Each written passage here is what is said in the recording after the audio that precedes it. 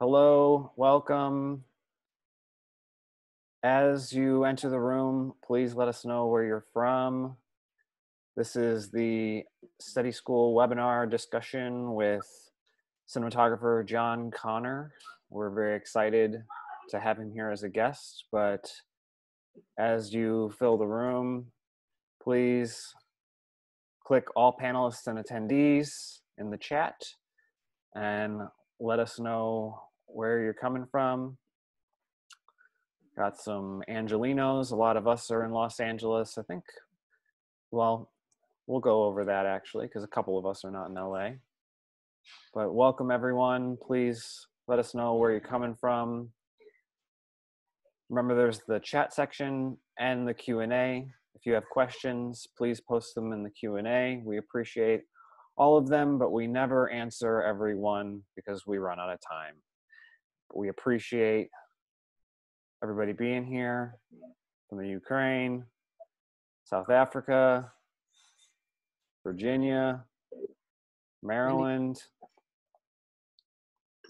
It's great. Mexico. We're gonna let everybody kind of settle in and into Russia, Yeah. into India, into Mumbai, into Mexico. And these are all on jobs, right? Yeah, all on jobs. Yeah, I haven't been to El Salvador. We've been Love to go. I've been to El Salvador actually. Yeah. Not for work, it was for a wedding. Into Ohio. right. Ohio. Is there a link so your friend can join? There should be. There's a little button that says invite. If you look at the oh, that's for me. I can see that. So Steadyschool.com. They can just go yeah, I there. think that if you go to steadyschool.com and register, it'll just bring you right in.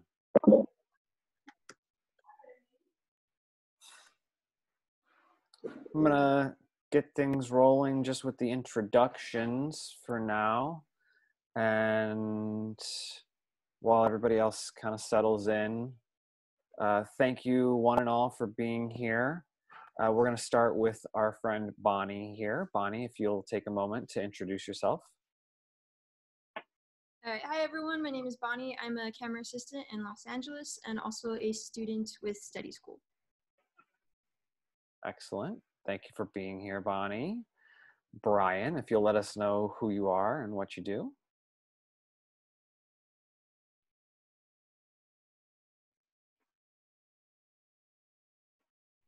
Brian can't find his unmute. There it is. There it is.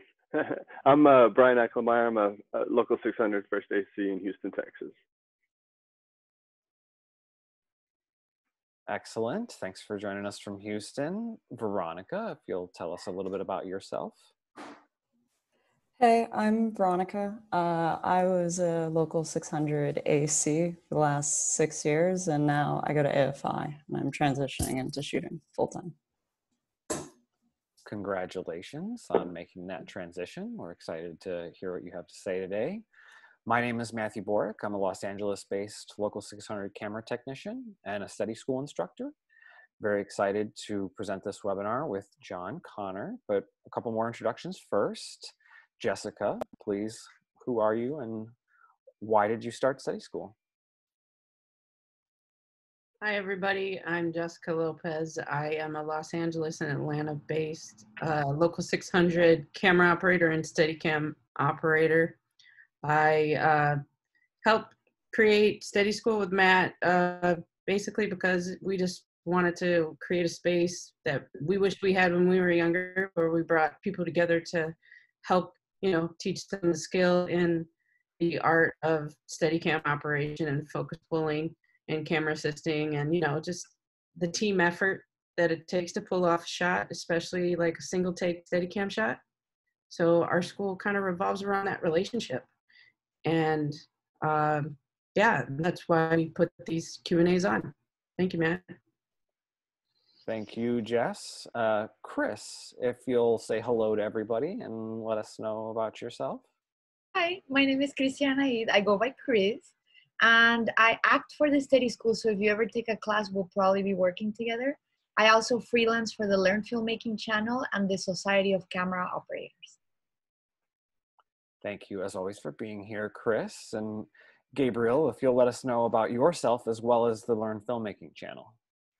Hi, everyone. My name is Gabriel Alexis. I'm based in New York City.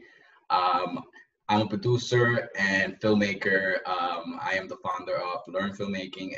Learn Filmmaking is a platform of filmmakers from all around the world connecting with each other, sharing their work with the world. And I'm excited to be teaming up with you guys and giving back.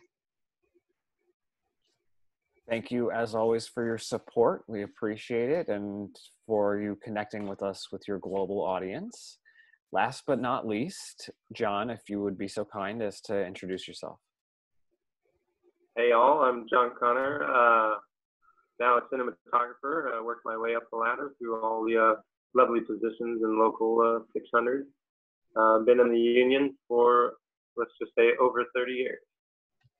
Happy to be here and talking about my experiences and passing on any knowledge that I have for a better industry in this ever-changing industry that we have all around. Thank you so much for being here. We're very excited to hear your perspective and your stories and learn from your experience. First off, we're going to do a little fun exercise in watching some highlights from John's career. So sit back and enjoy, everybody. And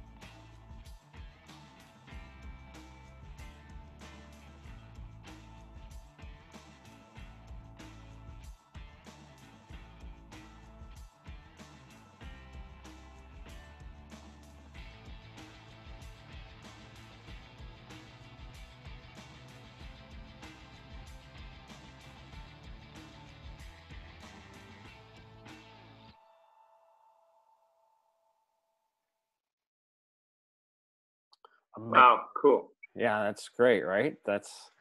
I mean, Good time. I'm sure that there's a lot of memories in there, and but we're going to start at the beginning. And so, how did you get your start in filmmaking, and how much time did you spend working your way up to now being a cinematographer? Well, I had the pleasure of having a father in the business, so I kind of grew up on set. I grew up on a lot of movies no one will remember, like Deliverance, Sugarland Express, Spielberg's first few movies, and then E.T. and great Flashdance and Goonies and then Charlie's Angels, the TV show before the movies, and traveled around and went everywhere. So I kind of knew what I wanted to do going through school. I knew in high school I wasn't paying any attention to the college situation, because I knew I was going to go right into it. And I had already kind of been on the set and been an extra over the summers through high school, and then my senior year was on the set of the Top Gun, obviously, which my father was a camera operator on. So I pretty much knew exactly where I wanted to go since I was born, since I was 2. But then, I knew, and definitely nepotism and having a relative in the business was one of the only ways to get into the business. And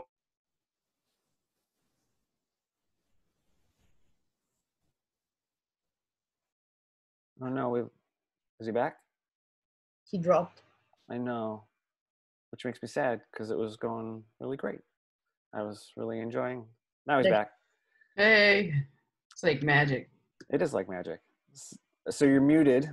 First, Right. unmute yourself. Boom. love the technology, though. It's fantastic. Yeah. Right. But think- yeah, I think so you cut out. Hold on. I think you cut out around when you were talking about your dad and Top Gun. So if you want to backtrack there and start there. Sorry. Right. So basically, right out of high school, I started at the bottom because, the whole nepotism thing and getting in the business and having a father in the business, it was actually tougher. And when I was on set, people would make it really hard on me. I had someone say, "Oh, you're pretty good for a cameraman's son" at one point. I strive to actually be better than my father in every way, and I knew I had to. So some say I had it easy, but some say I had it hard. I guess there's 2 versions of that, but definitely wanted to get his name off my resume as I started into the business, and I think this answers a few questions that were on the outline, but it definitely deterred me from going with my father, and I tried to make my own kind of road using some of the connections that I had met through my dad. But I started at the very bottom. I started at, a PA.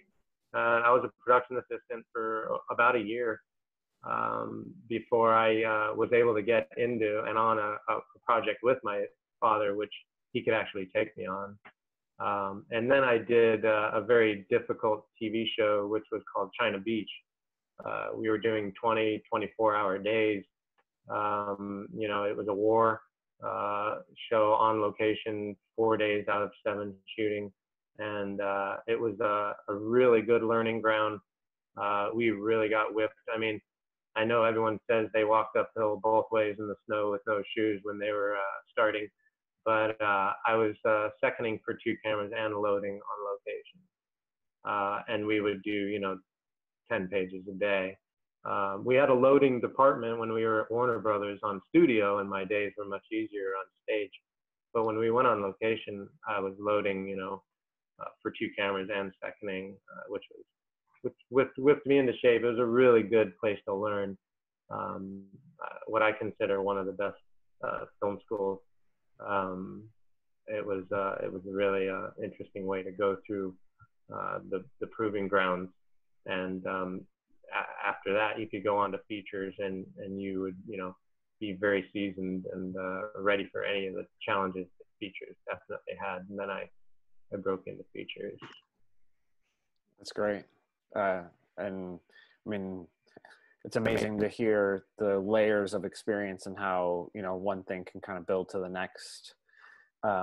Veronica, I know that you had a question because you and he follow a similar path, but this isn't exactly about that. If you want to send a question John's way. Yeah, I mean, I was going to ask about working with, you know, having your father already be so well known in the business, but, you know, working on Maverick, how did that feel, knowing that your dad was the operator on Top Gun? Yeah, I think someone mentioned coming full circle, and that surely was full circle to do that. And you know, he's nearly 80 now, and you know, he's retired, but he was able to come out to the set and see Tom. We took a picture together, which I can't post obviously for until the movie comes out, which I guess is December now, I'm hoping. But yeah, it was pretty cool. It was pretty wild that I ended up a camera operator on the movie after he was a camera operator on the original one 33 years prior. So it was interesting too, because, you know, I worked with Tony Scott. I met Tony Scott on Top Gun. You know, I wasn't a camera assistant at that time. I was just a brat kid, you know, partying in the hotel on the weekends and having fun with the other crew members' kids. You know, so it was quite a full circle coming back around and being the operator after all that time. So there was a couple of paths of which it could have gone, because I worked with the Tony Scott crew. He was supposed to do the movie originally, which, you know, obviously didn't work out. And so the fact that I was with a group of people that was surrounded in his circle, that I was asked to do it, it was pretty interesting how it worked out. You know, so if it wasn't for one avenue, I had another avenue. And it just goes back to, you know, one thing we didn't actually talk about in our prior conversations was a big part of this business and people coming up in the business. This is huge for me. And when I realized this, things kind of clicked. And it's, you know, it's not who you know, it's who knows you. And it truly was, you know, you had to know someone. We didn't have the social network. We didn't have any of this to get out what we were doing and when we were doing it and how long we did each position. So someone had to tell someone that you were focus pulling now and not, you know, seconding and going up through the ranks. And a lot of that was just word of mouth and phone calls from a hardline phone. You know, cell phones didn't even come in, you know, until I was well into my second AC days. So none of that, all that had to go through, you know, word of mouth where you were going. But the fact that I ended up on Top Gun was fantastic. My dad came out. They actually did a BTS thing on him and interviewed him because the people in charge thought that'd be kind of cool to have on the DVD. So that's gonna kind of be special. And it was special to him to come out and see that, and see after all that time that I've, you know, made it to this level. And I think it's great for him to actually watch that after, you know, could have been one of those father son, you know, team that just was, you know, not as humble. And I always followed my dad's personality. Everyone loved him. Everyone talked great about him. And every time I worked with someone in the business, they're like, "Oh my God, you're John Connor's son." And you know, I had always strived to be as good, if not better than him, but based off everything I learned from him. And I literally learned everything from him, including pulling focus, you know, at 1.4 and 1.2. And he was never easy on me. He threw me into it. And you know, not today, but we used to get fired. I never did, but a lot of people would get fired for, you know, their focus and such. It was a really difficult time without monitors, without even knowing what you're looking at. Like the camera in that shot there, there's no video tap on it. There's nothing, you know, there's just you on the side of the camera, and then the next day you find out if it's good or not. And sometimes over the weekend, you had to wait and see if it was good on Monday. So your whole weekend was just screwed. And you would lose your appetite. You know, if you're going to come back, basically the entire crew is coming back to do that shot again. So, you know, you don't have that pressure now, and the movie industry is quite different. You know how you did when you go home, and it's quite a different industry from when my dad was around. But he appreciated it. He jumped onto the digital age when it came, and we all embraced it. He shot film and or digital and whatever was best for the medium. But ultimately, yeah, great question, because it's great to follow in father's footsteps, and then to be at that level with him where he was is tough. Doesn't always happen. That's great. Thank you for that. I think that at this time we'll take our first question from the audience. Gabriel, do you have one ready for us? Yes, I do. All right, so this question is from, I'm sorry if I'm saying your name wrong, Offense Ways. So he's asking, what were the biggest challenges when shooting the Top Gun Maverick sequences? Were these done in the air? Yeah, a lot of the aerial footage was real, you know, which was kind of a whole separate unit. Obviously, as the operator, that's the only time I'm not working when there's hard-mounted cameras. They had 6 hard-mounted cameras in, and all the actors went up and flew in those sequences. We did do very little blue screen on one day of them in the cockpits, but that was just for small things, details. But yeah, it was very challenging. Tom Cruise is very challenging, but brings the best out in everyone involved. So that's definitely, you know, it's tough to go to work every day and to know that you have to be the absolute best. But that's what we love. You know, they bring the best out in our crews, and all the crews come together, and it's pretty amazing what you can get accomplished when you have a crew, you know, all on the same page. And that wasn't your first Tom Cruise movie, was it? No, I had a very, very difficult Tom Cruise movie, the Mission Impossible 3. You know, even I was tested for my focus pulling skills. You know, they set up a day where I came in and got tested on how good I could pull focus. It was 180 millimeter, and he walked around in circles. But I couldn't make the first day. I was still finishing up with another project, and you know, I put the best person that I knew in there, you know, to do it. I didn't really realize it was a test for me. So basically, it didn't go so well. So they rescheduled the test. And I did the test, and I passed, and, you know, and did the movie, and, you know, got great praises from Tom and the producers, saying this is, you know, one of the sharpest anamorphic movies they've ever had, you know, with no reshoots, and the ability for the actors to do whatever they wanted and not go, you know, we need another one, you know, but those skills came from years of you know, working under first assistants and watching them and watching how they did it and watching them fail.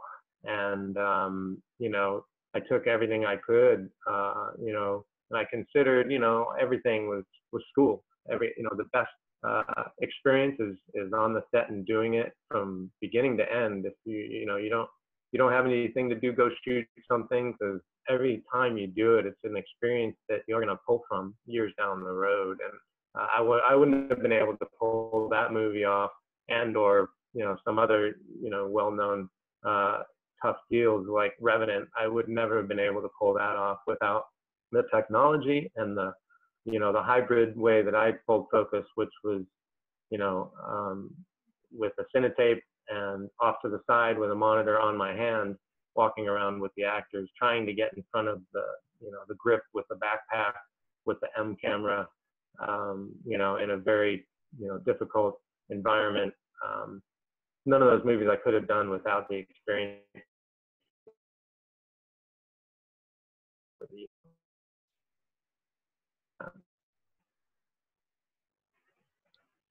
we lose him again? No, I think he's there still. But he had completed the question, the answer he was providing. And so at this time, Brian, if you wanted to ask John a question, I'd love to hear something from your perspective.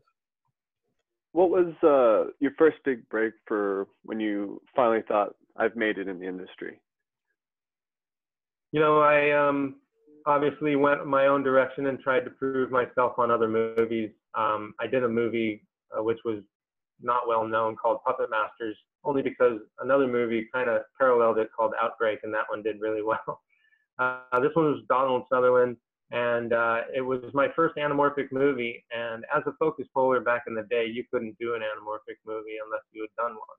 It was a full catch-22 situation. Any studio would look at your resume and they'd say, sorry, you're not doing it, you know? But I got taken on with a camera operator, well-known camera operator that was able to have the power to, you know, want me on it. He knew I was good. He knew I was good for the project and the way I pulled focus, and he was going to work for the style of shooting and anamorphic. And I had on anamorphic shows, but I had never done an A camera first assistant. So that went really well. And then after that, I got my catch-22. So after that, I was able to do anything. Basically, when I pulled focus for Tony Scott, that was what put me on the map in the way that I could pretty much get any movie I wanted to. Everyone knew his mode of shooting and knew that if you could make it through a Tony Scott film, especially on the B camera, which is just as difficult as the A camera, because the A camera is so much movement. I think one of the questions later is about what's the toughest focus pulling shot I did, and it's basically with Tony Scott on a roundy, you know, circle track. But yeah, it's definitely, again, pulled from all the experiences. I was able to pull that off, and I think that's where I knew that I was on my way or gotten to where I wanted to be. The first true test was I got called to start on The Fan, which was a really, really difficult movie, anamorphic again. And I got called for a one shot in San Francisco. So fly to San Francisco, do one shot of a van driving across the bridge on a 1600 millimeter, and then fly back home.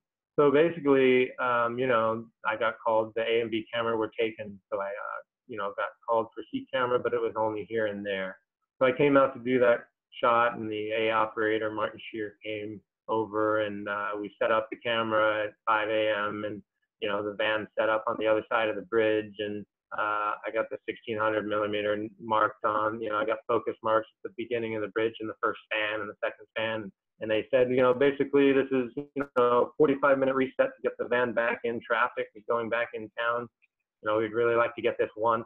So I did, you know, a couple of, you know, tries at it, and they said, okay, let's go, let's roll, and action, and the van took off. And I saw it at the beginning of the bridge, and then I looked back at the lens, and then I looked back at the bridge, and I never saw the van again.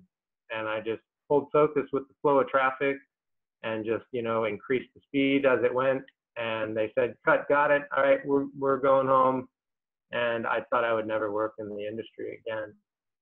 Turned out the shot was great in the movie. And I went back and I started on a B camera. They eventually fired the A camera guy, and I moved up to B camera, and the B camera moved up to A. And that was basically my claim to fame of pulling focus with Tony Scott on the longest, hardest lenses with the bigger actors. And it was truly huge. And I knew, wow, okay, I'm in this, you know, I'm in this seat right now. And then that basically got me Fight Club.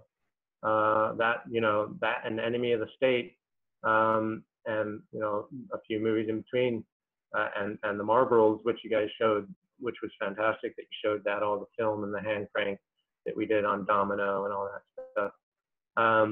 You know, that got me my interview with some help from Claudio Miranda, who was a gaffer at the time, and Martin Shear and Julian Watley, who was camera assistant. Some people really put my name in for David Fincher. and then I got interviewed for that. And you know, I didn't get too many compliments from David. Probably 3 compliments in 3 movies over a 6-year span working with him. But you know, when I got called for Fight Club, he said, "Okay, I want you to come down to the stage, and we're going to set up a little thing." And I was like, "Okay, all right," but I don't have the job yet. But okay, cool, this is cool. And so I show up, and they have the car there, the Lincoln Town car from the movie, and he's like, "I want to do you know, plate shots, so I'm going to mount the camera here on the side of the car, here in the car, and here on the car." And he said, "I want the angles and everything of where the plate shots will be, and we'll go do running shots for the plate shot. I'll be back in 25 minutes." And I was like, "Does anyone have a protractor and some tape?" And I put the dolly on the side and aimed the camera where he had it. And I took a piece of tape and I ran it across the mag and across the car. And then I took a piece of tape and took it from the front hood ornament to the back hood, or, you know, the back center of the car. And where the tapes crossed, I was able to get the angle with the protractor and, you know, put down the angle that he should be shooting at and the height and you know, all that jazz. Put it on a piece of paper, flattened it out for all 4 camera angles. And he came back and said, "How'd it go?" And I said, "Well, here you go." And he said, "Okay, we'll see you next week." And years later, I told that story, and you know, it turns out I didn't really think about it back then, but it was an IQ test. And it was a very expensive IQ test. I think it must cost a couple grand, you know, to get the stage and the car and the people and the dolly and the, but that's how I got that. And, you know, he gave me one other comment, you know, that I knew I was, you know, able, and he said, you know, textbook focus. But that was it. You know, he didn't give me much, you know, and it was really very difficult and very, you know, panic room, one of my more difficult experiences with lenses that weren't performing. And, you know, you think you know everything and you've been through everything, and then you have, you know, a technical thing where, you know, the studio wants to fire you because wide shots are out of focus and, you know, lenses aren't performing correctly. And, you know, the politics got really heavy on that movie. You know, it was 136 days on that movie and 136 days on Fight Club. But Fight Club was amazing. Every day of it was fantastic and cool. But some movies are really difficult, and the experiences of working on things, again, back to the experiences, is everything. Every experience you get to pull from down the road.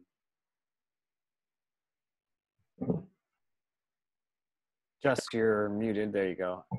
Sorry. It seems like there's like a common theme with the dialogue with the last couple of questions, is that you're always being tested as, you know, someone that's in charge of everyone's efforts.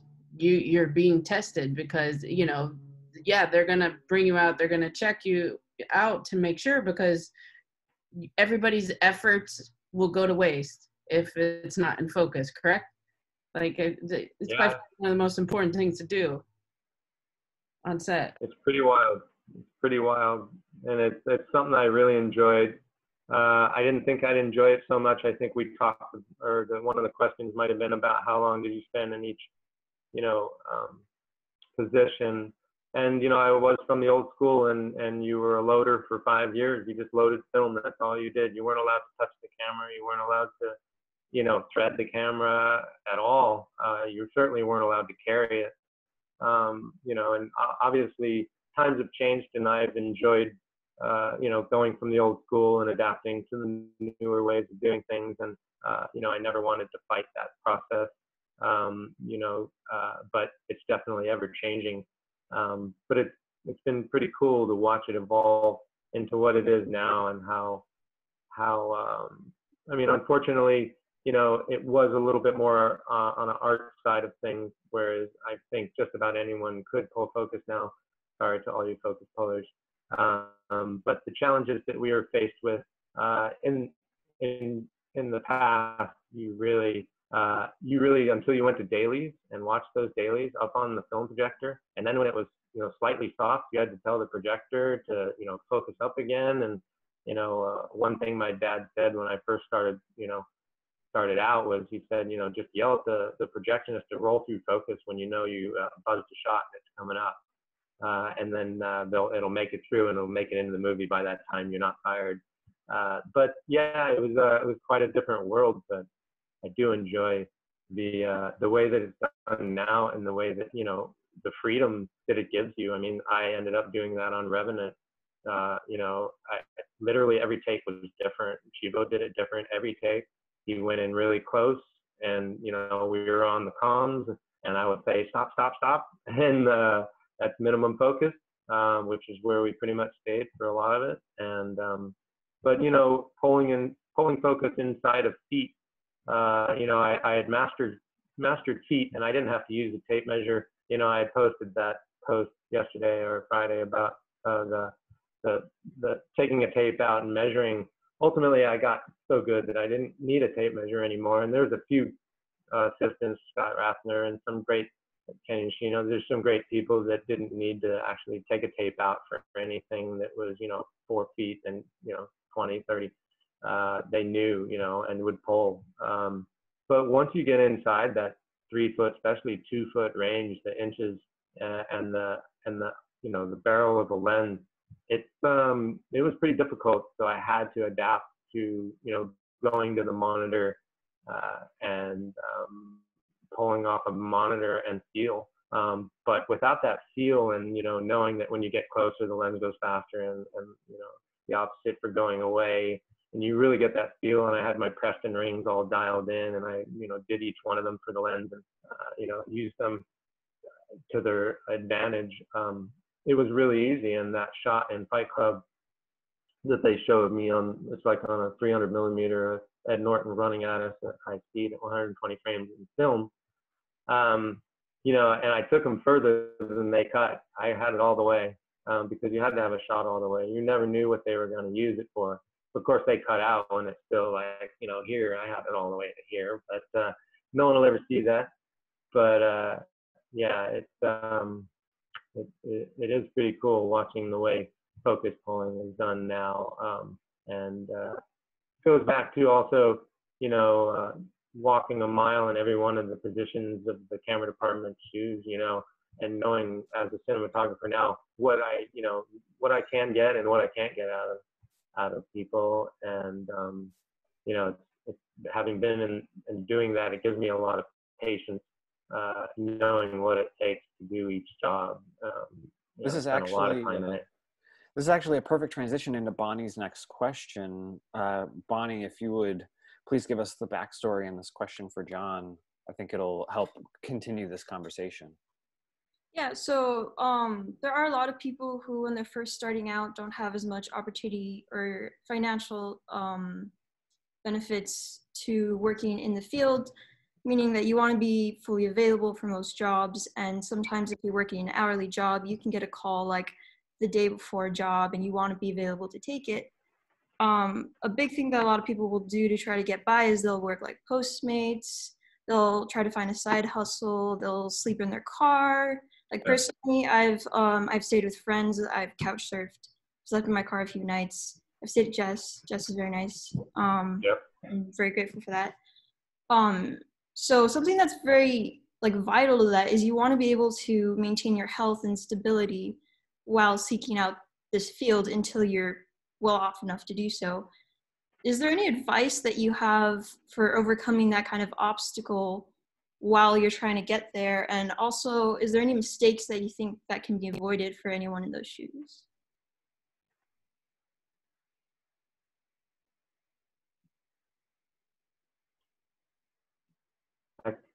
You cut out for a lot of that last question. Can you ask that again? I don't know if it's on my end. Gotcha. Okay, so so the first part of that question was, is there any advice you have for anyone overcoming or persevering through that obstacle? And my second one was, do you have any advice as far as mistakes to avoid during that time? Yeah, I mean, it's so different now. It's a very saturated market. So for when I started out, again, it's not who you know, it's who knows you, and you really had to make an impression. And I did a lot of freebies. I definitely struggled through a time. I was selling pants on the street corner when I got Kindergarten Cop because a loader was messing around on the set at lunch in a wheelchair, and he fell over and broke his hand and couldn't load. So I got the call for that. So a lot of things, the right place at the right time, of course. There's a lot of luck involved, but ultimately it's just, perseverance. You just have to constantly be surrounding yourself around that world, and eventually it just becomes, your world. But yeah, it's tough. Advice would be so tough in this day and age. But there is also a lot more content, and anyone could make a movie now. Anyone can do anything now. Whereas when I was starting out, we had an 8mm camera, maybe, if you could afford to develop the film. You didn't know what you got, and you certainly couldn't do anything cinematic. Now it's a different story, and I've adapted to the ways of shooting, very, very effectively and production friendly. When I started shooting as a cinematographer, the producers came to me on the first project and they said, can you shoot something small? Because, everything I've done is fairly big on the level of shooting. And it's a great question because obviously you have to be very producer friendly on budgets. Everything, to me, it's more challenging on a small project than a big project. There's a job for every person. There's a person for every job on set, pretty much, on a big feature, whereas people are doing multiple jobs, and people are sometimes doing gaffing, sometimes electricians, sometimes gripping. People hop around everywhere. But best advice is to surround yourself in the job that you want to do. I do believe in working up the ladder, which goes back to that, but I do also believe in doing what you love. And if you're not doing what you love, you're not going to be projecting this, this great aura around you. But I do still agree that everyone should know all the jobs below them,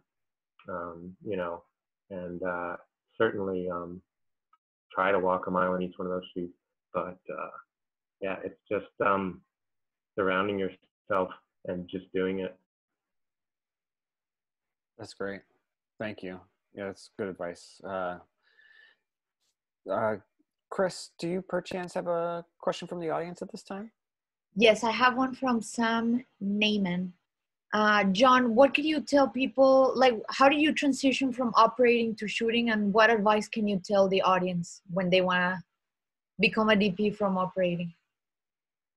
It's a tough question. It's a really loaded question. Do we have another hour? Because that's really tough. It's, I did first assistant for so long that I decided that I didn't have time in my life to move up to an operator. So I moved straight to DP. Now I've kind of fallen back on the bigger movies operating, which is fantastic. I've always loved operating, and I always operated, well, since I was a kid, I was operating, my own video cameras, and then applied that on set, and then, did B camera all the time. I ended up operating B camera on Panic Room, and my second assistant was pulling focus on a good half of the movie. And so I learned, operating from Fincher, and, operated with Dan Mindell, a cinematographer, on multiple projects, and started going in many directions. But I knew I wasn't going to do Steadicam. So there's not many positions for an operator, and that's where it's such a loaded question, because most cinematographers, operate, which right now SOC is making a kind of a word for the fact that you should hire and staff operators, which I totally agree on. The first few movies that I did as a cinematographer, we couldn't afford an operator, and at the rate that I could have brought an operator in, they weren't going to make it as cinematic. And I know I had to have certain framing, and there's certain things I'm going to do. I'm going to run with a movie up the stairs, so I just have to make sure that's being done. So I operated on 6 of my 8 features that I've shot. But then, you know, I was able to get operators on my last 2 features, and it was fantastic to be able to work with the director and, you know, and work on the creative side of things. But it's a tough position to bounce back. You know, most DPs operate, so there's not that many positions for an operator. And if you're not doing Steadicam, you know, that's not a, you know, and there's not many commercials that hire operators, you know, and so there's just not as many positions available for an operator. So it's tough. You really have to rise to the top to be in that circle of where, you know, if that's where you want to be as a top operator. But you get pigeonholed like in anything, you know, if you do something too long, you're kind of stuck there. And I think we talked about it a little bit, is you get pigeonholed. People know you as that position, and you've done it so long, you move up, and they don't hire you because they want you to succeed in that new position that you're in. So all of a sudden you're on your own, and it's crickets. But and then bouncing back and forth can be difficult. I bounced back and forth between firsting and DPing. I had shot 2 features when I got called to do The Revenant, and I was asked to do the movie originally, and then you know, after they went through a couple of different assistants, I was asked multiple times, and I, you know, in fact, I had only agreed to come up there for 2 days while they found someone else. But then once I got up there and was pulling focus, I knew that this was a special movie, and that this was maybe a good way to go out. And back to the social network thing, sorry to get off your thing, but you know, I was the last day on Revenant, Arthur To was you know, shooting the little video, and Chivo grabbed my hand and like put it up in the air, and my Preston's in my hand with my monitor called the Conitor. Some assistants named it. You know, that went out on social network, and the next day the phone stopped ringing. The phone rang for 20-something years as a camera assistant, and it never rang again because of the social network. So yeah, it's a lot of people on social network are showing what they do, and I've enjoyed flashing back to the pictures is what I've done.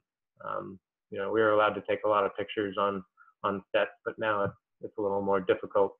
Yeah, there's a lot of great people that helped me make the move and are supporting me as a camera operator. But again, it's the proving grounds, and you have to prove yourself in every position that you're in. And I wanted to master each position too before I moved on. I thought that was important to me, just in the disciplines that we came up with, you know, and the different styles of shooting. And you know, one thing we haven't tapped into is safety. And you know, safety concerns, and knowing what you're getting into, and knowing when it's a comfortable situation. Obviously, there's been some accidents in business, and my dad, you know, almost not come home a few times, and I've almost not come home a few times. And once I had kids, that meant a lot more to me. When I was young, I shook it off as well. That was cool. You know, that's another thing in this business, is it really helps to have experiences in everything that you're doing. You know, this was one night we went out, and I felt it was bad, and we almost got hit with a car. You know, if it wasn't for Mike Majeski driving and all his experience of knowing, you know, when something is going wrong, you know, that was a car flying through the air, and if he didn't stop, it would have landed on us. You know, and you could feel that was going on set, but you don't have time to get out of it, and you know, we had nowhere to go. So it's really, you know, dangerous. My dad was a camera operator on Twilight Zone. You know, they were shooting, and a helicopter came down and killed 3 people, and they walked home that night. They left the cameras there, and if you look up John Connor Twilight Zone on the internet, you'll see the story. It's there. My dad didn't want to fly in the helicopter, and he was almost ousted off the movie for not wanting to participate. And that's something that Safety for Sarah is all about, which I hope all the world knows about at this point. And it's too bad that she had to die, but it's really changed the way we do things, especially on the independent level of doing things. But yeah, it's something that, you know, not talked about too much, but I don't know if it's taught at school, but it's certainly something that should be certainly looked at, but in the future. But yeah, being safe and being experienced is ultimately what gets us through each one of these positions and makes us, you know, do so well. That's great. Thank you. Something you touched on that I want to elaborate on a little further is the idea of communication, right? Especially with that dangerous set scenario and how communication could have changed how that went. And have you over time seen how communication happens change? You know, the camera technician, the first assistant used to be an on-set presence, but now with monitors, it can kind of be more of an offset position. You know, how have you seen communication change over time, and what tools do you think help communication now in the digital era? That's tough, you know, again, the old school ways of doing things and then the new ways for me, and seeing that transition, you know, you can't fight it. You have to go with it.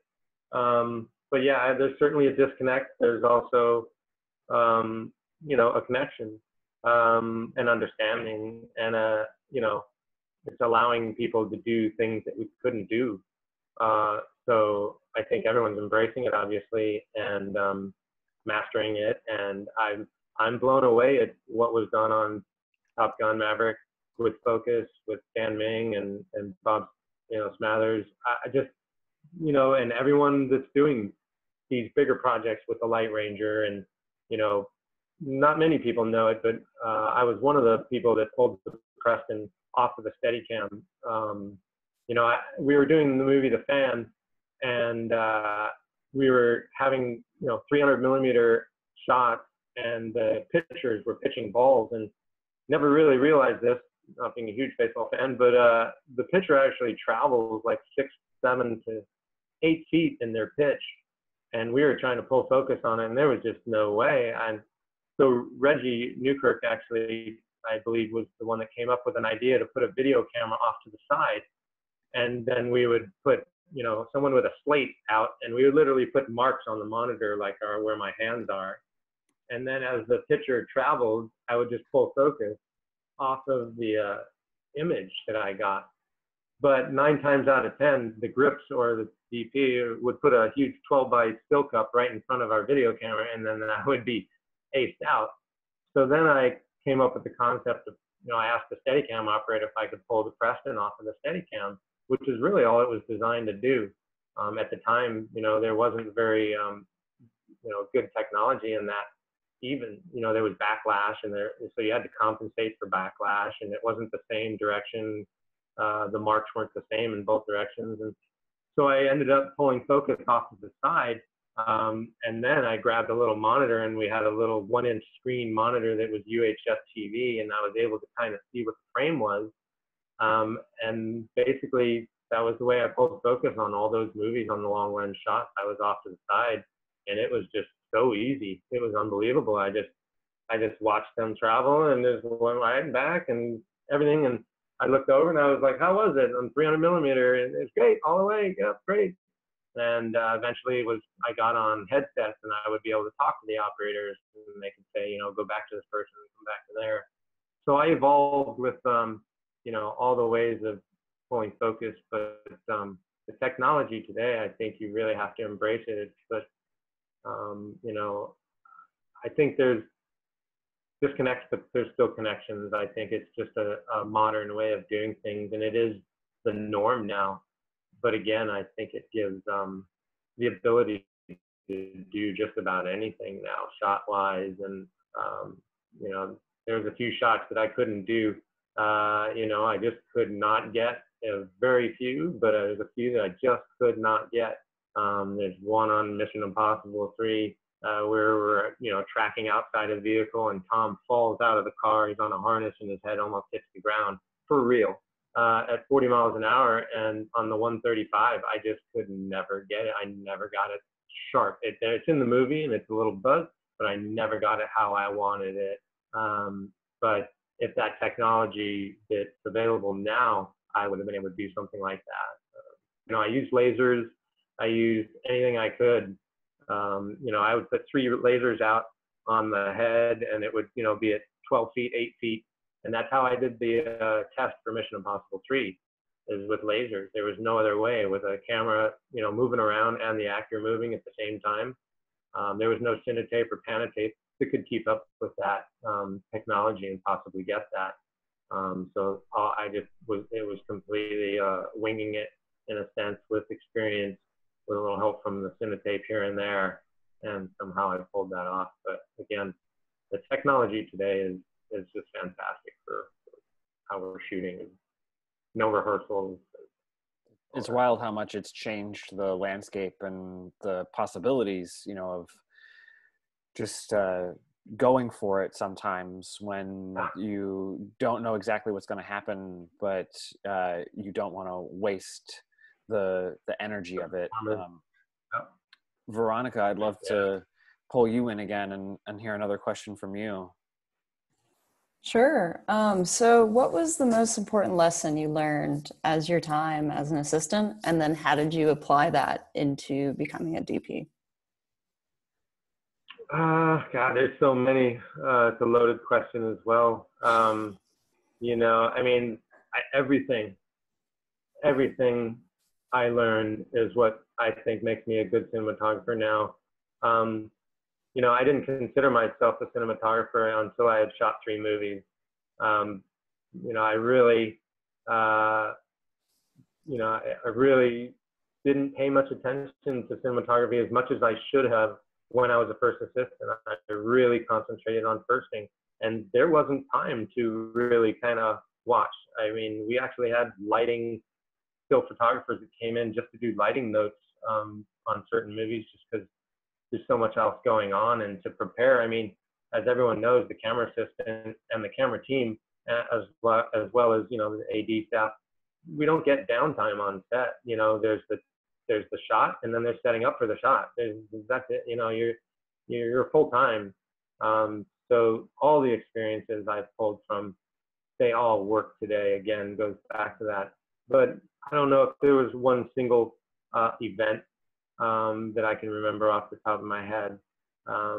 But there were certainly some things that, you know, I saw personalities, and I realized that everything is in your demeanor and your keel and everything. So I'd say I pulled from the most. If there was one thing, it was how to act. It was how to react. It was how to anticipate.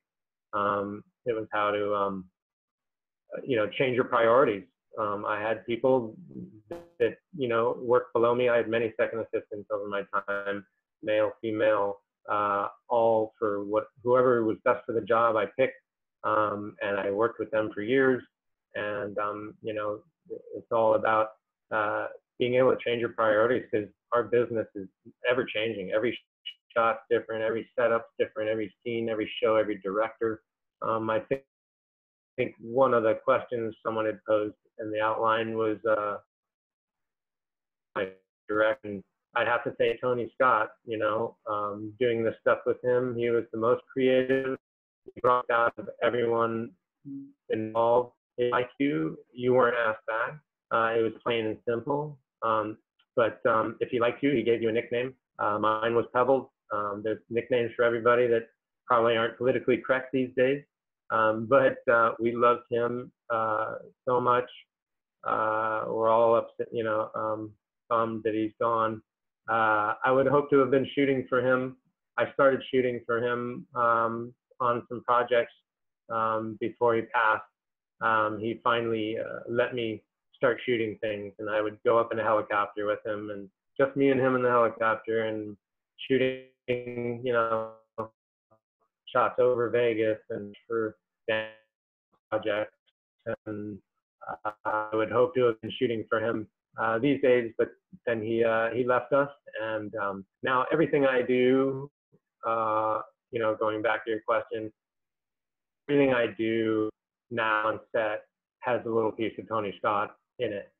I loved him like a second father. He took care of me, and he took care of everyone, and everything was safe all the time.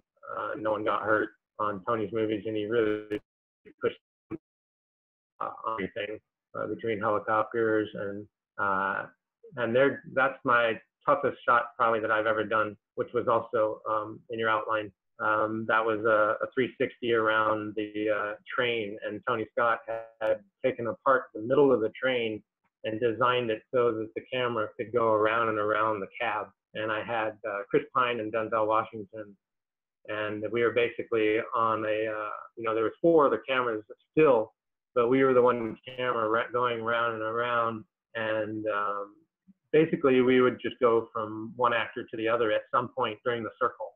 So I had to get both actors marks on the circle, and I put them on pieces of tape color-coded on the ground. So I knew Denzel was a red piece of tape and Chris was a blue piece of tape. And wherever, I had a headset so I could hear the audio in one ear. I had a headset so I could hear the entire 5-camera team. And then I had a headset to hear Tony Scott, whether he was directing or he was in the bathroom. We heard that all day long. So pretty much 3 headsets full time on a train moving with Denzel and Chris. And I came in the day before and scouted it out with the dolly grip and a couple of camera assistants. And I basically got rough marks. And I realized that I was literally going to have all the marks on my Preston, every one of them, all the way around. Wherever we were, I was going to have both of them in focus at any given time. With the Preston in hand and a monitor on the Preston, I looked at the marks as they came around, but I was also able to look at the actors. But we also had wind and everything going on, and we had to wear, cloaking devices. We had to wear, stuff over us so the other cameras didn't see us as long and all that. So it was pretty much the most challenging shot I've ever done for focus. And when you see the movie, it came out really good. I was amazed at how well I did, with thanks to Martin Shear, the camera operator, and Tony obviously believing in me. That was one of the most difficult situations that I was in. I wanted to actually interject. I've actually worked for you, and as your operator, well, you worked alongside me as well operating. So that's what's awesome about being a cinematographer that's an operator, is you can do your thing, but then you can bring in a Steadicam op to work alongside you. But I want to say, what I think I respect most about you is all the experience that you've had coming up this ladder, is the way you lead your departments, the way you choose to, output all that experience, that knowledge, that wealth, is you share it. You share it with your team. You empower your team. You're like the ultimate person for the job as a cinematographer, having seen all these different cameras, all these different processes, all these different technological changes, everything. So I just wanted to point out that I've seen that as your operator, and I respect you as that. It is an honor. It has been, a little bit of that has been filtered into me, which I hope filters into people here today. So thank you. Really good. Yeah, awesome, Jess, and you're fantastic. And it goes to one of my sayings you may have, and anyone may have heard. It's not a job; it's a way of life. What we do, it's completely our way of life. I mean, what other job do you think about all day long when you go home, when you're driving, when and for me, it's about having a great time. That was a scene where we went around I made you go around that poker table probably 70 times, and you didn't complain once. Low mode, high mode, and I was like, wow, who is this girl? She's unbelievable. No one since Liz Ziegler has done Steadicam so well as you, and I had every chance I got you on, and I'm sorry they weren't the best rates, but yeah. But it just goes back to I like to have a good time on set, but I'm also very professional. There was a time when we weren't allowed to sit or eat or talk to the actors, for God, and we were, it was just a different way of doing things, but it's a different world now. My loader married Julia Roberts, things changed over the industry of how we were very much the crew, but on these smaller projects you're very much a family. I enjoy the family that we have and the loyalty that we have towards each other, and I after doing each one of these positions really love to watch people excel, so I really give them their moment, and I let them do as much as their job and more if they want. So I think that's probably what you pick up on too, is that I really do like watching people do what they love. Awesome. Thank you for sharing that. Thank you for continuing to advocate for all of us. Oh man, it's so great. I made those thanks in my SOC Lifetime Achievement Award. I would have loved to have thanked everyone personally that has gotten me where I am, because it's all about us. It's all about crew. When someone says what happened, I'm like, well, we had a problem. I don't go finger pointing. I've never believed in. It's all us. We're a team. If someone in the team's not happy, then we got to work that out, and from top to bottom, and it's truly something that we love to do. It's not like any other job, for sure. And it's a bummer now that it's being so affected by COVID. I mean, we are one of the only industries. I mean, even the concert industry, is going to go back, whether they do, these drive-in concerts or whatever. Those workers, those roadies, they're all going back. But our industry, it's really, I think, one of the most affected, what I've seen. I'm doing smaller projects, but their budgets are being challenged now with everything that they need to do to cover the situation. I'm finding that firsthand with 2 short films that I'm about to start. That's the biggest talk right now, is how to. So, we've always been kind of an industry that's, adjusted, but we've also been an industry that's not really, watched, other than, a couple of, safety this and safety that. I mean, it's really like a circus, in the sense that, there's no set rules, and there's no set way to do things, or set ways to make a movie, and everyone's doing movies differently. And it's really a challenge now to, work it out. So I think, it's great that we're all learning this, because, after this, we'll be able to do anything. Of course, Tom Cruise wants to do his next movie in space, so that's going to be really interesting. That's great. I would be honored with the call, but I'm also hoping that one doesn't happen. Sure. Maybe it's COVID free up there. I don't know if I'd want to find out. Okay. But certainly fun and interesting working with all the different crew over the years. And, I'm where I am because of my crews, people like Jeff and the firsts and the seconds, and everyone. You're only as strong as the people that are supporting you. And I give huge props to everyone.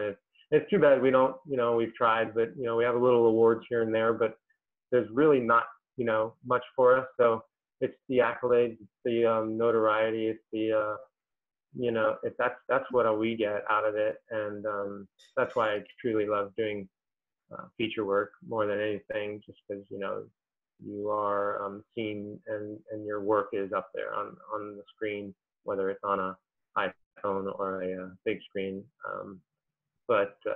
Yeah, truly evolving business right now.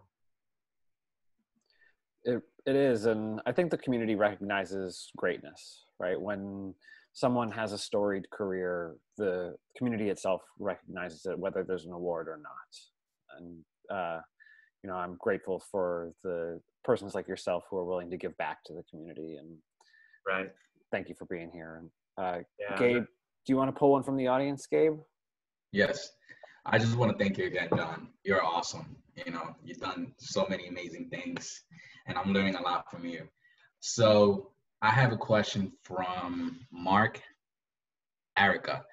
I know you have a lot of experience as a focus puller, and he's asking, for those getting into pulling in the digital age, what are some key skills you learned before digital?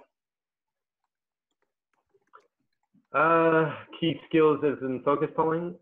Yes, correct. I mean, focus marks, I would think, which is the other thing I posted about on Friday, which is not really done or needed now. But I still see certain people applying those things. Now, case in point, without naming any names, I had a shot that I wanted to do as a cinematographer. I wanted to push into a door on a 135 Cooke close focus lens, basically push into the peak hole and all the way to minimum focus. And I got a camera assistant who pulled with monitor. And I said, do you want a rehearsal? And he's like, no, I got it. And I said, okay, well, let's roll. And we pushed in, and it went soft, you know, at about 4.5 feet instead of, you know, very close, which, you know, being a focus puller, I know what you can do and what you can't do. So I know I'm not going to put someone in a boat that couldn't be done. Basically I said, okay, so that was your rehearsal. Let's go again. And, you know, same thing.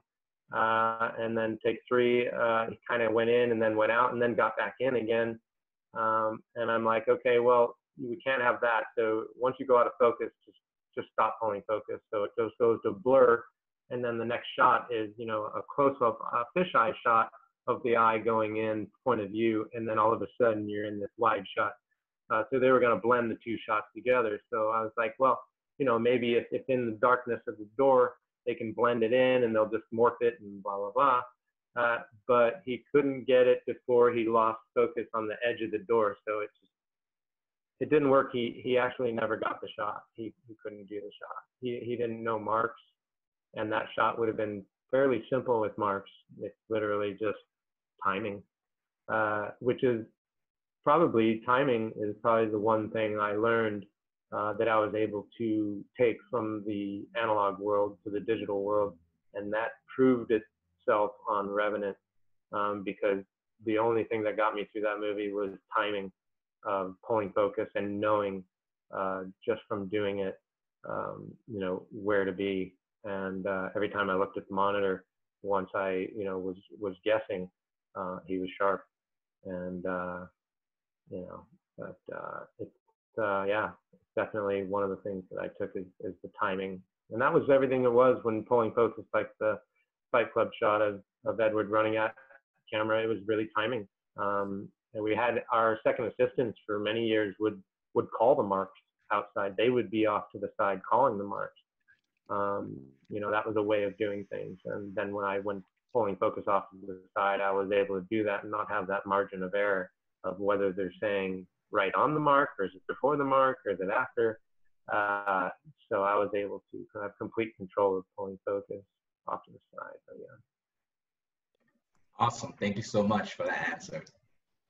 Yeah, it's great. It makes you think, like, yeah, I mean, you have to be on top of your game at that point in your career if you're working on a job like The Revenant. You know, it's like you can't just be pulling off of a certain way. You can't just know this certain way. You have to have been through every single scenario you could have ever imagined in your entire career to be able to pull that job off. It's crazy that it was lined up for you to be there because you were the one with the solutions. I know I saw some of the pictures, and half that gear was frozen. So. Yeah. Yeah. Well, at that point, no one wanted to do the movie. I think they had pretty much gone around the globe asking every, you know, qualified camera assistant to do the movie, and no one wanted to touch it at that point. I think they even started reaching out to other planets, checking in availability. But yeah, it was definitely an honor to be there, and you know, it was very difficult. 56 people quit or fired that movie, you know, and at the end, you know, Alejandro said that, you know, you that made it through, you know, should be proud that you are a part of this. And he was absolutely right. But I saw it all as passion of filmmaking, and a lot of people didn't see it as passion, you know, whether they were into the movie or not. You had to be into the movie. You had to be the movie. You had to live it, and that's what they wanted. They wanted to shoot this movie completely in the wild with a reduced crew, and you know, they actually did shoot it on a red camera in the summertime without wardrobe. Almost shot the entire movie with the actors, which is what we referenced during the film. And it was a lot harder once you added the snow, the long days, the early morning, the weather, the clothing, freezing your feet. I mean, anything to keep your feet warm. You know, Chivo had a bucket of water every once in a while, just because when we were working in the water, and that's a camera assistant that didn't make it there.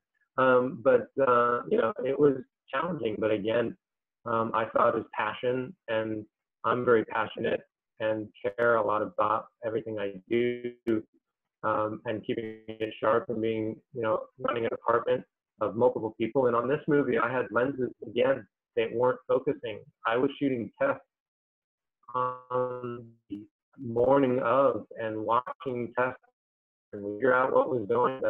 You know, I had to stop shooting once and figure it out, and we kept having lenses packed up. And it was basically the temperatures and the fact that we use such wide lenses, which is more affected by back focus. So we would have the 12 millimeter and the 14 millimeter would not be coming up sharp on big shots, and we had to reshoot shots. So I had to deal with everything on the movie, and then I had to deal with the fact that the lenses weren't coming up. And I had a crew shooting tests every day, and then I would go after work, after traveling an hour and a half each way, you know, out to a distant location. I'd go to the production office and watch dailies and watch the film projected and find that the lenses are again soft. Eventually, I went through Panavision, and Panavision Canada said, you know, we've been shooting movies in Canada for many years and no one's had these problems, softness, maybe it's your guy. And I'm like, okay, don't you know who I am? No. Don't you know who I think I am? But I said, well, what movie shoots on a 12 millimeter all day? I mean, how often does a 12 millimeter come out on your average movie? Does it come out? I mean, does a 14 come out? Maybe a 17 comes out, maybe once a week, maybe. But the temperatures and the freezing temperatures, and the fact that the temperature was fluctuating, you know, in Calgary, they get the Chinook winds, which some people may know about from Canada. The temperature can change 15, 25 degrees in the matter of 15 minutes. All of a sudden, you're freezing, and then you're just sweating. And the back focus was affected. So we would set up a shot and do it at this point, and then not do it till the magic hour, which is what every day was. So we would, you know, I figured out through Dan Sasaki, thank God, brilliant man, that we had to have 3 sets of lenses. And I had Panavision go into a freezer and set the back focus for temperatures. And we used a laser gun and measured the temperature of the back of the lens. And then we had, you know, a breakdown of Alejandro not being fast enough. So we had to have lenses on every camera, whether they decided they wanted to go handheld, or they wanted to go on the crane, or they wanted to go Steadicam. And they changed their ideas about a shot sometimes 3 times during a setup. Or Chivo would go, this is just better handheld, or no, this is better on the crane. So it literally was a challenge. And that's why we had a 3-person camera department working with one main camera. It was quite a wild way of shooting. But again, you know, all my experiences enabled me to deal with the technical problems that we were having. And eventually we had 3 sets of lenses, and we would just use them, and I would make the call, and You know, it was literally like, all right, hold it, we're switching to the blue lenses. You know, and we've dropped down. You know, so without my team though, and the people in Canada, the crew there, and then my crew once we came, you know, once we lost the snow and we had to go to the southern hemisphere, and I hired my local LA crew who did a small portion of the movie, just the ending. You know, nothing without my crew. I mean, nothing. Like I would have fallen on my face with all my, you know, experiences if it wasn't for the people that were my crew and were, you know, just as, you know, should just get the exact same, you know, notoriety that I do. And they know it, and they know who they are. And every one of them, they know that without them, I wasn't able to do what I did. They allowed me to come in there and nail it, as we say. It was fantastic. It was a great feeling. You know, and to win a cinematography award after, you know, 25 years of pulling focus, you know, most of my movies were action adventure, which aren't even up for Academy Awards. So yeah, it was fantastic. Big thanks to Chivo and Alejandro and everyone that believed in me. Jimmy Scotch, the Pole producer, who brought me into the movie and said that, you know, well, this is your guy. And you know, a movie that was basically not able to run and shoot the way they wanted to because they didn't have a, you know, a focus puller that could deal with it, you know, on the level, and then throw in the lens situation and all the other, you know, freezing and snow and melting snow and actors and you know, it was quite an experience for sure, and one of the best experiences I've ever had, and just feels so great to have. You're a snowboarder, right? Or skier, your whole family, you guys spend a lot of time in the snow, right? Yeah, no, so for me, the cold and when it ever snowed, it was always a great thing. So I think I had a different you know, perception of working in the snow and working in weather. I mean, every time it snows when you're in the mountains and you're going skiing, it's a great thing. It's the best thing. It's powder. It means it's going to be a good day. So I actually embraced the snow and really enjoyed it. I mean, I'd say, you know, the days that it rained were the most miserable days. And some of the most miserable days were before I started for the opening sequence. The crew absolutely got devastated, and that's probably what, you know, why one of the first ACs left. It was just brutal. It was brutal, you know, but fantastic experience, and yeah, again, just great to be able to go back and make a really classic filmmaking process film. Thank you for sharing that. Yeah, those are great details that only an insider like yourself could bring us, and thank you for them. Brian, do you have another question to throw John's way? Yeah, I have a question. As a first AC, you know, not in LA, just in the central region here, as an operator and a cinematographer, considering your experience as an assistant, what do you look for in an AC?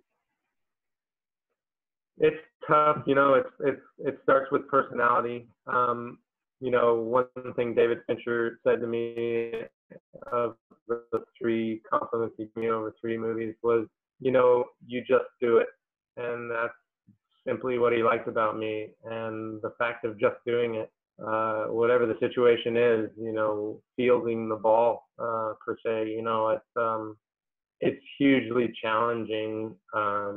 And there's so many different ways to skin a cat, obviously, but someone that, you know, can roll with the changes and figure out the best way to do it without affecting the process and respecting the process. And it's a lot about personality, but also someone that likes the challenge. You know what I mean? For sure. I mean, we've seen some people that had it easier than others, and some people that had it tougher. But in the end, I think a humble personality is key in this business. There are so many personalities, but you know, we all have to work together for the common good of the project. And the Revenant, you know, the people that did make it to the end were the people that were truly into filmmaking. You know, almost at the cost of where you're sacrificing your own world. And I think that's what drew the line with certain people, is they were like, you know what, life's too short. I want to go, you know, live my life. I can't do this. And I think that's what it came down to. But not that that makes any person better or worse for staying or leaving. I certainly don't blame anyone for leaving, or the first that left before me. That was where they were in their lives. And it happened to be for me, you know, a way to round out my career as a focus puller. And it was a good way to go out, it turned.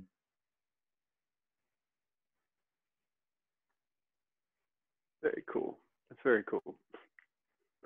Yeah, thank you. You know, I often tell people that you get to a certain level and most people have about the same skill sets, and some might be a little bit better, and, you know, but do you want to work with someone who's good technically 99% of the time, but a jerk, or someone who's good 96% of the time and extremely friendly? And, yeah. And so, yeah, no, you really want to work with nice people. You're with them more than you're with your family. You know, again, it's not a job, it's a way of life. And it's just, you know, it's hugely important to have great people, you know, like Jess, and, you know, they bring something to the table. I think one of the outline questions is, would I suggest things and suggest shots? And, you know, there's a whole pecking order. There's a right and the wrong time to say things, and all that has to be figured out too, you know, on set. You know, do you have a director that's going to take, you know, an idea, or some do and some don't.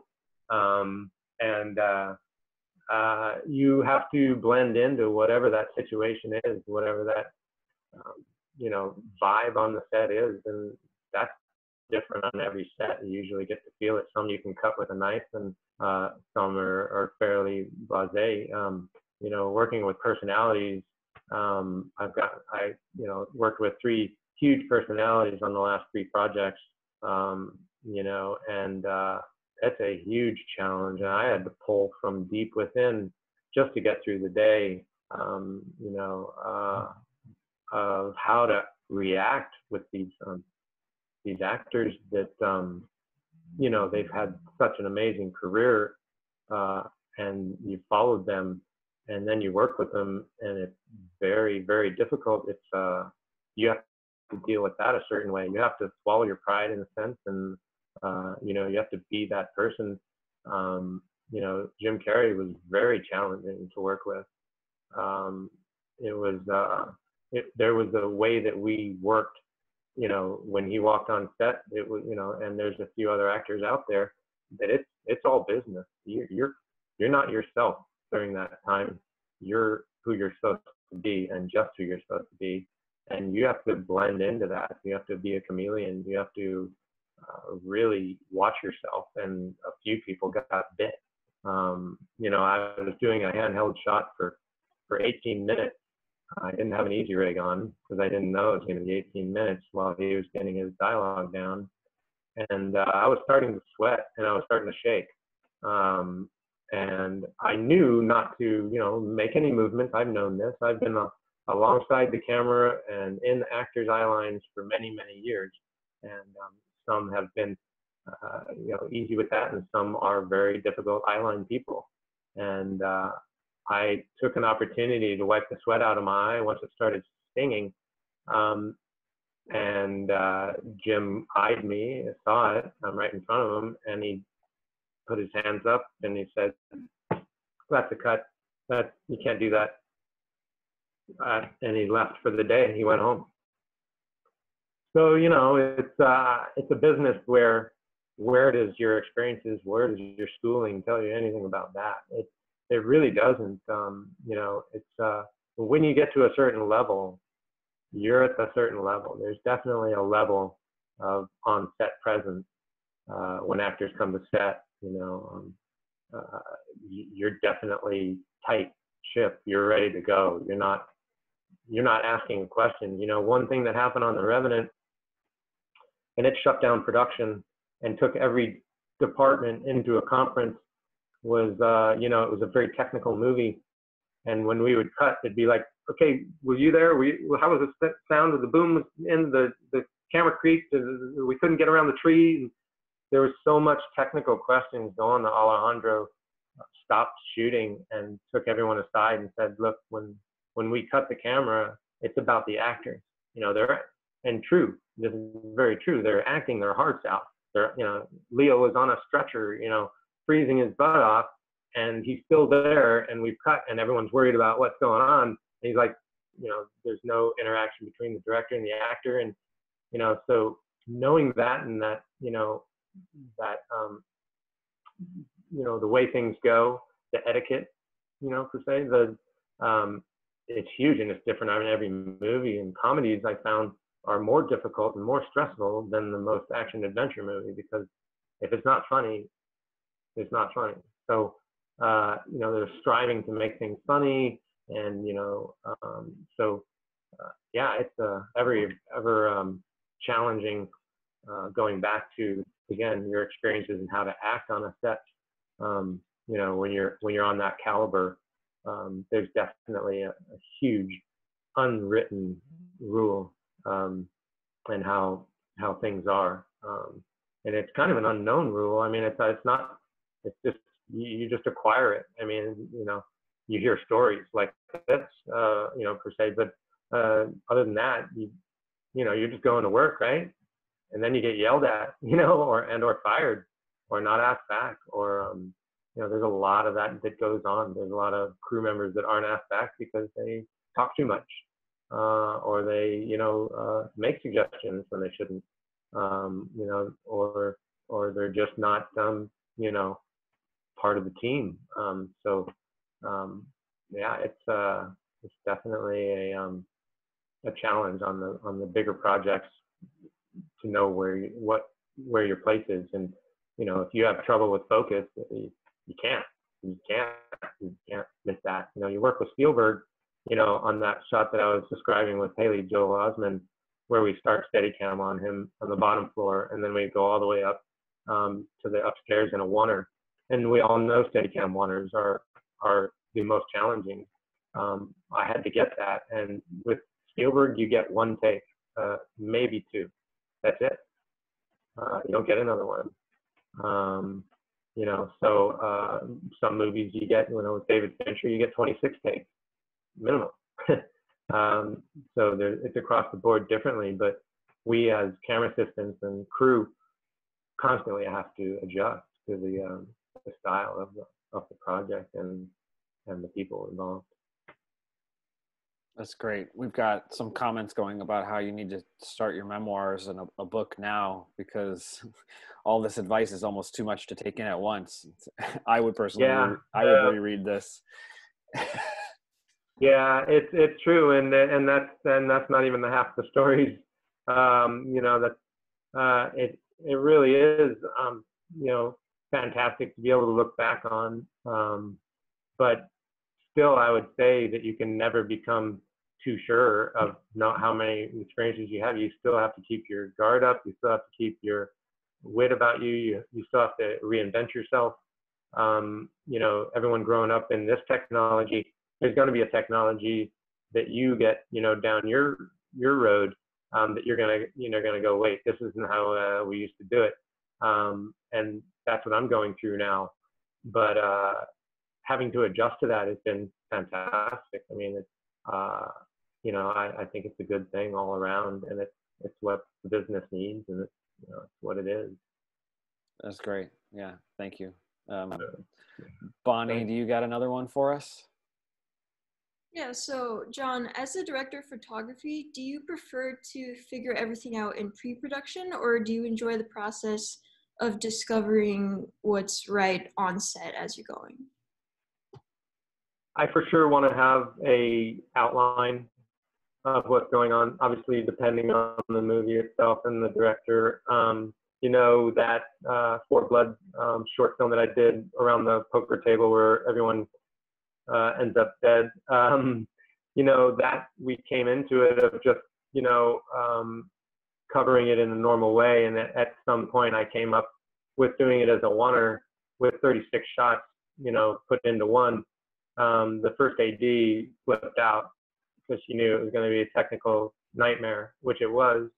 And I enjoyed every minute of it. You know, I did that oneer before I saw Birdman and before I worked on Revenant, which is, you know, a bit ironic. But not to say it was anyone's idea first. Obviously, it's been around for a long time. But the challenge of it was so great to be able to do and do in an independent side of things. But yeah, it's definitely between the shooting challenging, but I like to kind of find it in the scene as well with the actors.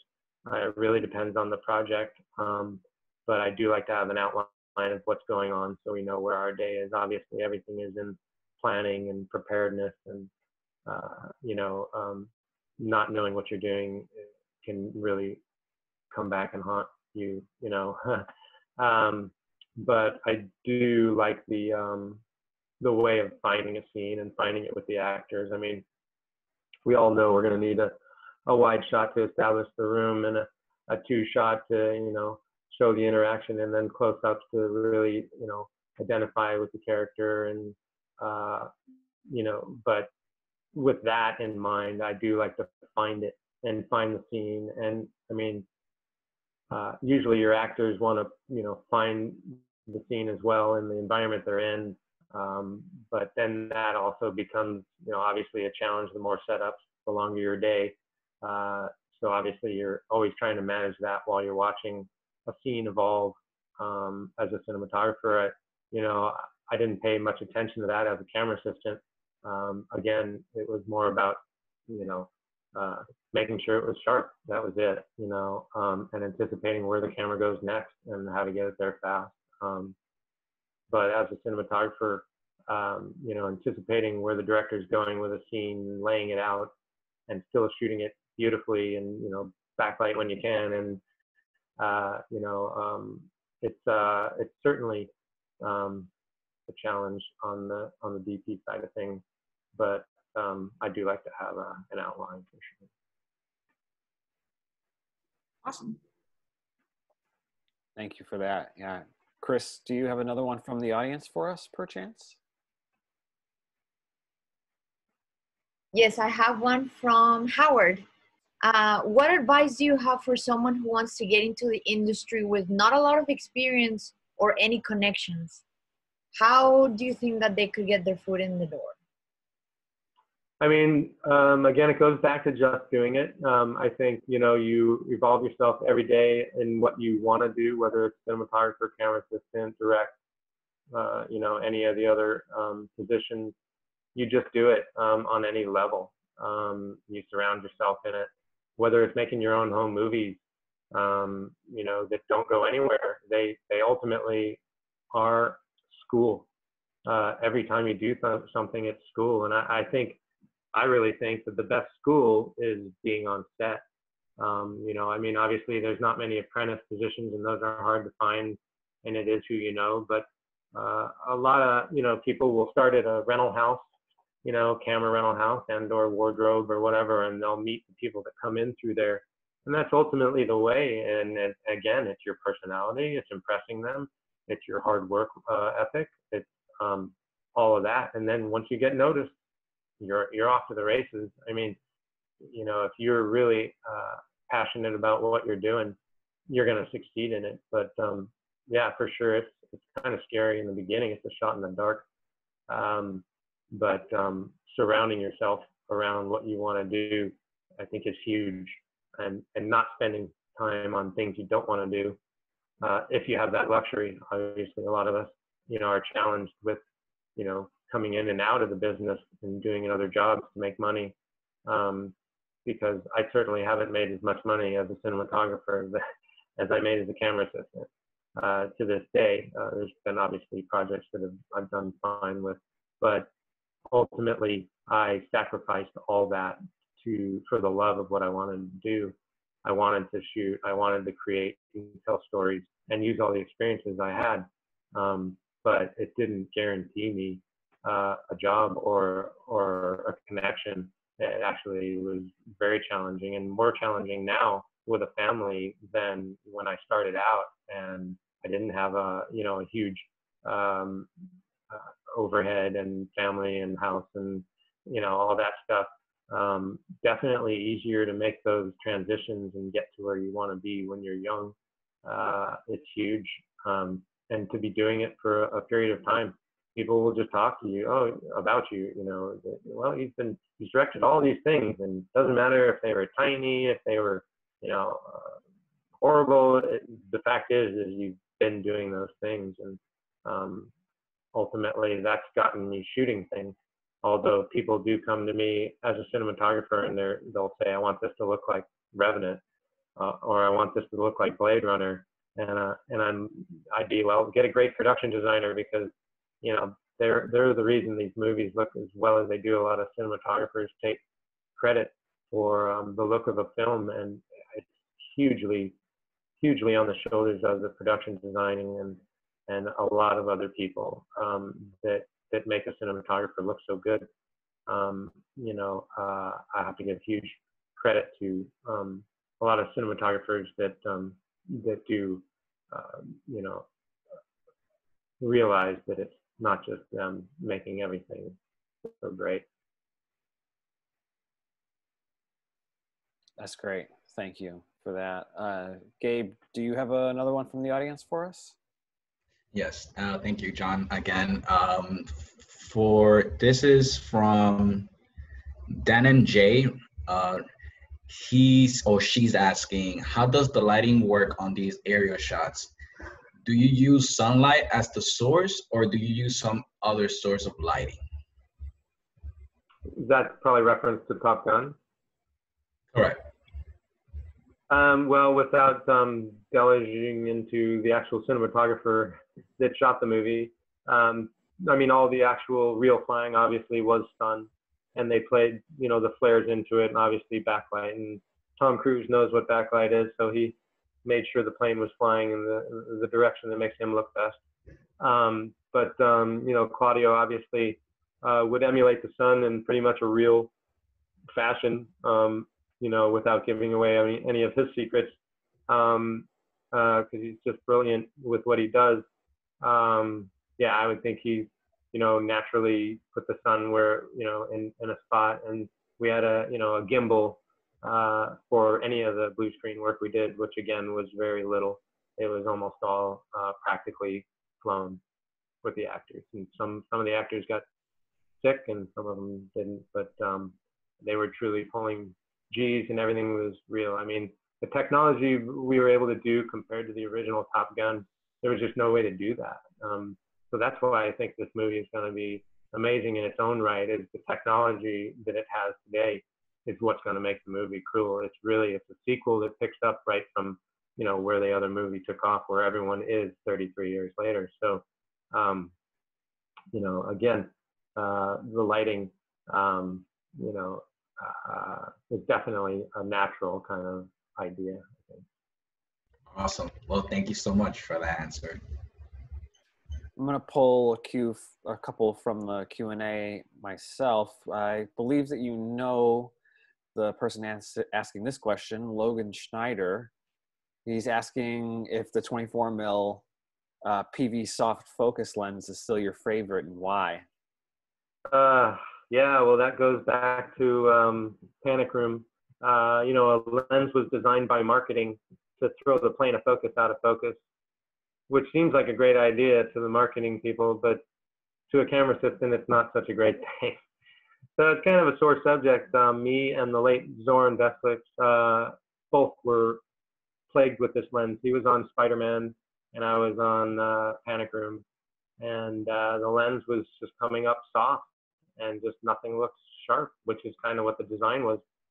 David Fincher had designed and pre-visualized the movie all on this 24 millimeter. So it's kind of a sore subject that Logan knows about, and he also knows that I was so passionate about focus pulling that I had to have it 100%, and I had to have it sharp, and I had to make sure it was great, and that was all I cared about. And whatever it took to do that, I was determined to do it. But it's just very difficult when you're on a movie and you don't have confidence in your lenses. It makes it really difficult to go to work. I don't know if anyone's ever experienced this, but when you go there and you don't have confidence in the lenses that you could presumably be fired. In fact, the studio wanted to fire me for having out of focus wide shots. My 65 and 135 were sharp, and a 24 millimeter with hyperfocal 8 to infinity is not sharp. So yeah, it became a very, very difficult situation to go through, on top of the pressures that we already have of a camera assistant. Yeah, Thanks, Logan. Twisting a knife there a little bit, but I understand what you're speaking on, having used older anamorphics and when the edges are just distorted because they are. But then you have a producer who doesn't understand that, and they're like, why does this look soft? And it's like, that's the way the lens is. Yeah. But to get them to understand the technical knowledge of it. Yeah. Right. To pull focus, knowing that there's a curvature, that your actor's in this side of the frame and the focus goes like this, that you actually have to pull forward of where the actor is because they're on the edge of the frame, which is where we like to play people, on the extreme edges. So that was why I couldn't do an anamorphic movie until I had done one, until you knew that and knew how to pull focus on anamorphic. It's also, for a cinematographer and production designer, it's a whole different thing. You have to know how to shoot anamorphic when you do. You see way more side to side. Your set, you're not going to see the top and bottom. You can't get a head to toe shot of someone without being so wide. You see so much. Getting a single when two people are standing next to each other is virtually impossible. You have to cheat them away, or you have to set the scene up so that they're not close, so you don't miss them when you go to the close-up. There's so many things to know about anamorphic alone, and I've challenged myself with it a few times, and I'm going to do a short coming up, hopefully with Logan's anamorphic. The Cooke, anamorphic, it's a whole other aspect of shooting that a lot of people don't even realize. I can't even explain 100% how it works, in the sense of what you see anamorphic, and it's not just a 240 frame of spherical. But yeah, the challenges, are reap the benefits of the look of the film. It just gives it just an amazing look, and cinematically, obviously, we just love it. It's like eye candy for us, for the classic cinematographers, I'm sure, to deluge in it. Sometimes it just didn't work, and they had to have bigger lighting packages in the older days when they didn't have as fast anamorphics, and some didn't perform. Again, the edges were soft, the top and bottoms were soft, and even on the newer lenses, they're not flat. It's a whole different concept, and we like to put the actors. We all have great headroom, by the way, but you go to some of these zooms, and but everyone's got proper headroom here. But the edges are soft, so you put your actor's eyes at the top of frame, and they're soft, and that's what we look at. And Logan, I'll go back to another instance that you'll remember, is on Girl with a Dragon Tattoo. We had a shot that was soft, and it was a wide shot, and that was because of the Red Epic when it first came out. Had many problems with how you adjusted the back. It was kind of a nightmare, and you had to do it on set, and it was usually not a good time. But digitally they were able to sharpen the actor's eyes, and ultimately that's what we look at as viewers, is the eyes. So even though the rest of the frame was soft, it looked sharp because they did a sharpening on the eyes. That was spherical. But again, you can have problems with lenses on set, even to this day, and like everyone's using ancient, cool lenses and stuff to make their digital image look better nowadays. And you can still have those problems today.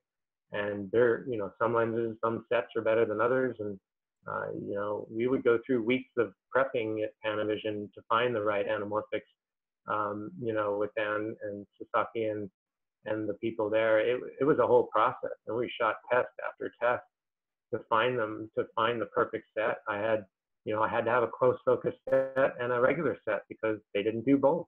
The Primos are huge. We carried 2 sets of Primos. We needed 2 huge camera carts to carry just the anamorphic package. I got bit on Star Trek because we had an anamorphic 12:1, which the top and the bottom are soft. And in the movie is, Spock soft on the top of the frame. His face is totally soft because the lens didn't resolve when it zoomed out to 120. It didn't go, and unfortunately, it went through dailies, and it's in the movie. And it's one of the spots where I feel responsible, whether it was in focus or out of focus, which it was in focus, it just didn't resolve. But again, that no one realizes that when they watch the movie, that there's so many other things you have to be watching as a cinematographer, as a first, knowing your equipment and having the confidence. Absolutely. Yeah. We're going to do 1 or 2 more from the audience before we wrap up here. Thanks everybody for sticking with us. Chris, do you got one for me? Yes, I have one from Cameron Scott, and he's asking, you've done many short film projects. What is the difference between working on those and the bigger ones? The little short film format and everything, I'd say, is twice as challenging. I'd say it's twice as hard. It's, you're working with a micro budget. You're working with sometimes crew that, isn't at the top of their field. You're paying everybody next to nothing. So the personalities vary on who's happy with what they're getting and who's not. And it's extremely challenging, but we all like a challenge. That's what we do. And for me, I've just really enjoyed it. And I love pulling people together that, are one job above of what they normally do. If there's a first, I'll hire them as an operator, and give them an opportunity, because it's also a grounds of where you can't really get in trouble for doing something wrong, you know what I mean, or bumping the headroom on an actor. It's kind of like a learning ground, but then obviously, you have to guide that as a cinematographer. You really have to guide everything to make sure it looks like $1 million. It looks top quality. So yeah, I'd say it's way more challenging on the smaller projects to make them great. But it's also a place as a cinematographer that you can really go for it. You can really take a chance. You can do things that you wouldn't even be allowed to do with a studio. I shot something day for night the other day because we didn't have the lighting budget and it was too big of an outdoor set. So I shot it day for night and it came out amazing and it had a great look to it. And anyone can shoot a night scene. So it was a real challenge to keep that day for night and not blow it and not see the sky and not see, too much and control everything that you were doing around that. And it was really cool. It came out great for, next to no budget. Whereas if we had a big budget, that would have been a huge, shooting day and a huge lighting setup, and it would have been at night and everyone would have worked all night. And, it brings along all kinds of other huge expenses. But we were able to do that just by knowing that I could do that from the old days of the old Westerns that were done that way. And, no one really thinks of that. Did I lose you? Nope. Chris has to go because she always has to go at this time, and we're grateful for her having helped us out. But you're absolutely right about the fact that's another carryover from prior days, right? Day for night that doesn't really get done as much anymore. It's much more challenging in the digital era to actually pull off the day for night look. And so it's encouraging to hear you share a story of being able to successfully do that and to have the know-how of like, okay, you know, this is my budget, and so this is how we're going to actually feasibly accomplish this goal. It's really great. Yeah. Jess, do you have one it from took the me a audience minute you to picked out? explain it to the took a minute to explain to the producers, but once they saw the monitor, they were on board. It's great. Jess, let's hear one more from the audience. Yeah, actually, it's part their question and mine. From, sorry if I say it wrong, Mayanik Singh. Looking at the ongoing crisis, what, according to you, will change the face of upcoming cinema? Does the perspective of cinematography, will that change or enhance more virtual visuals? That's a very interesting question, and I've been thinking a lot about it. And ultimately, the finished product can't change, ultimately. So all the adjustments are on our end, and it'll get done because that's what we do, you know. When we shoot on an aircraft carrier, we all prepare for that. On Top Gun, we went out for, 9 days straight without, connections to the outside world. And we had to live in the quarters and sleep in the quarters that, the military young kids do. And here we are a little, bigger than we were when we were kids and, adapting to that. So I think we do that constantly. We adapt to the surroundings. And Jess, you had for a minute there, you had horns growing out of your head, which is a no-no as an operator. I think it'll be great because we'll adapt, and that's what we do. We adapt to every working environment that we go into. We get to do things that no one else does. I've been on tops of buildings, tops of Space Needles, tops of boats, underwater, hopefully not space next, but we do whatever, we go wherever. So I think the industry will do fine. I'm hearing things like 8-hour days on these short films that we're doing, through SAG and stuff. And, I have a scene where 2 people are supposed to be intimate, and we're probably going to shoot that silhouette and separated so that they're not actually touching, but it looks like they're next to each other. So yeah, there's adaptations that we'll all probably have to do, but we're always different every day. How do we get the camera low? How do we get it high? How do we get it through there? Cross camera coverage. We're always doing everything so differently. I'm sure the industry will actually be fine as far as how to shoot. We won't be shooting scenes like that, but or that. But yeah, I think the remote pulling focus thing is going to be huge in the sense that that's already, a way of life there. So having to pull remotely and operate the camera remotely is something that I think we're already ready for. So on that sense of social distancing, I think our industry is going to do fine once it gets going. It's just no one wants to take a chance of an actor getting sick. So I can't imagine that it's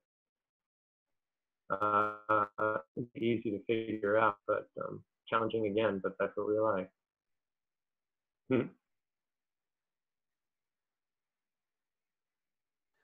That's super great. Because you're right, we will adapt and we will move forward and we'll keep shooting. That's what we do. And so one last piece of advice, what would you share as one final piece of advice for our audience? I think, again, it's all about your personality and how you, you carry yourself on set. And I think the more experience you can pull from, whether it's watching movies or doing things like this or going to, events, just surrounding yourself with knowledge, I think is kind of like the way that it's always been and the way that it'll always be, for you to excel and get where you want to be. Setting your goals, obviously, it's all wrapped around, where you want to be. So I think it's huge on being the best person that you can be, and always, being your worst critic is a good thing.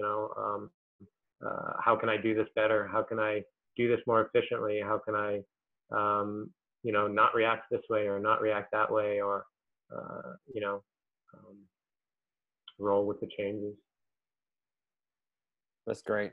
Thank you so much for that, and to everyone for joining us.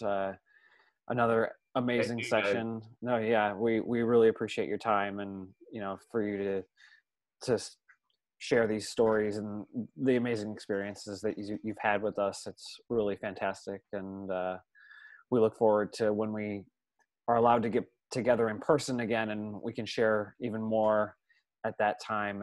And so thank you, Bonnie and Brian and Veronica, for joining us. Thank you to everybody, to Gabe as well, and obviously to Chris and to Jess. You know, it's so much fun doing these sessions, and we look forward to, you know, hosting again in the future. And we are going to take a week off due to the holiday, but we'll be back on July 11th. Keep an eye on social media for announcements about the next webinar. And take care. Stay safe, everyone. We'll see you soon. Actually, also real quick, this episode will be on the YouTube page later today. That's true. Cool. Thank you, everybody. Thank you, everyone, for watching. Bye, everybody. Awesome. Good luck. Bye, guys. Thank you for everybody that joined us.